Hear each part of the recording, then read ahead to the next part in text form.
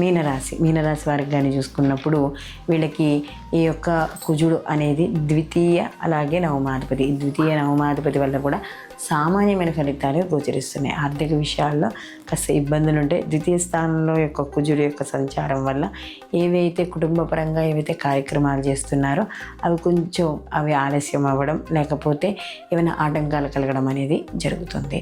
ముఖ్యంగా ఈ యొక్క రాశి యొక్క వాళ్ళకి కుజగ్రహ యొక్క మార్పు వల్ల అన్నిటిలోనూ కూడా చిన్న చిన్న సమస్యలు, మాట పట్టింపులు, లేకపోతే ఏదైనా కొన్ని మాటలు తడబాటు పడడం వల్ల ఇబ్బందులు, ఇలాంటివన్నీ చోటు చేసుకుంటాయి. వృత్తి, ఉద్యోగ, వ్యాపారాలలో కూడా సామాన్యమైన ఫలితాలు గోచరిస్తున్నాయి. కుటుంబ సభ్యుల యొక్క ఆరోగ్య విషయాల్లో కూడా జాగ్రత్త వహించుకోవాలి. ఆర్థిక సమస్యలకి ఏమైనా ఉంటే వాటి పరిష్కారానికి ఆలోచించండి. అనవసరంగా అప్పులు చేయడం అనేది మంచిది కాదు.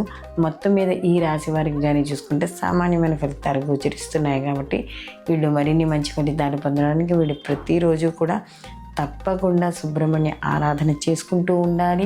అలాగే ఎర్రటి మన దానిమ్మ గింజలు ఉంటాయి కదా, అవి దానిమ్మ గింజలు రోజు కూడా సుబ్రహ్మణ్యుని స్వామికి ఆరాధన నివేదన చేసి ఎవరికైనా పంచిపెట్టడం కానీ, లేకపోతే ఏదైనా పక్షులకి వాడి వేయడం, ఇంకా ఏది కుదరని పరిస్థితుల్లో మీరైనా కూడా వాటిని తినచ్చు.